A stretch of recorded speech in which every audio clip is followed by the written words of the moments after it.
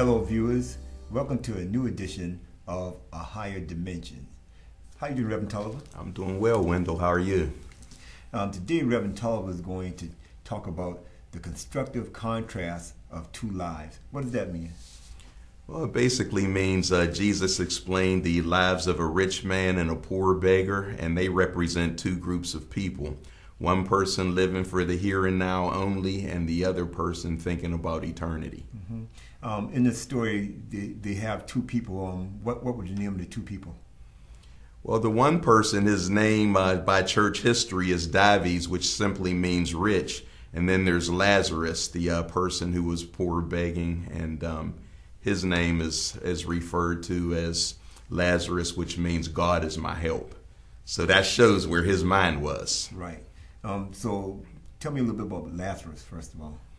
Lazarus was a person that by most of our accounts would be somebody we would not want to trade places with. He was down and out. He didn't have anything by way of material goods. He was a suffering individual with sickness all over his body, and basically the only friends he had were the dogs. And then tell me about the rich man. The rich man on the other side of the coin had everything going for him. He had fine clothes that he wore each and every day.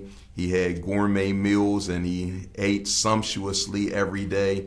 He had everything that we would probably want based on earthly outward standards, but he didn't have a relationship with God. Mm-hmm. So what ended up happening?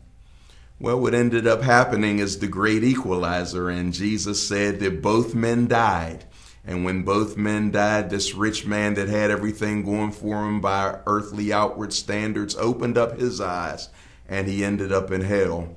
And at the same time, this poor man that didn't have anything going for himself, not even friends, was carried by the angels into the bosom of Abraham.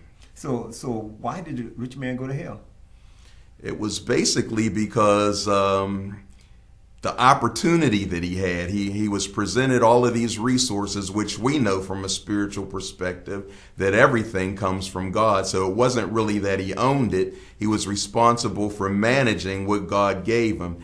And instead of using some of his resources to help this poor man, he spent everything on himself. Now, does dogs have anything to play in this scenario, in this story? Yeah, I think that we get some lessons from the dogs by way of the fact that they came and they licked the poor man's sores. They showed more mercy, more compassion on the man than this rich fella did with all the resources that he had. Now, the rich man ended up in hell, and Lazarus ended up where? He ended up in heaven. Okay. Which goes to show that there can be a great reversal, even if we don't have a lot of things going for ourselves in this world. If we've got a relationship with Jesus, then that is the ultimate. Mm-hmm. We'll end up in a place where joy is immeasurable. Well, didn't the rich man try to send a message back to his brothers, or that's a different story? Might be a different story. Yeah, he did. He tried to send a message back to his brother by way of Lazarus. He thought that even though they weren't believing the word of God, that they would believe if somebody came back from the dead. And so he begged Abraham to send Lazarus back and warn his brothers so they wouldn't end up being tortured in hell like he was. Mm-hmm. So what's the moral of this story? The moral of the story is we've got to live this life like we know that there's a hereafter, that no matter what we gain or what we lose in this life is just a temporary situation. Our main goal has to be where we're going to spend eternity.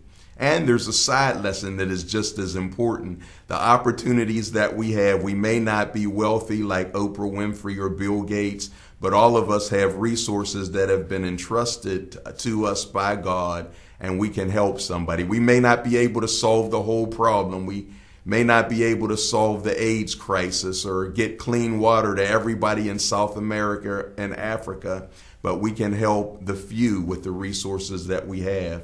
And if everybody pitches in and does their part, certainly this world would be a better place. Well, there you go. A quick synopsis of the instructive contrast of two lives.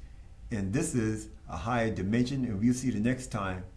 This is Wendell Nolan signing up with Brother Toliver. Goodbye. See you next time.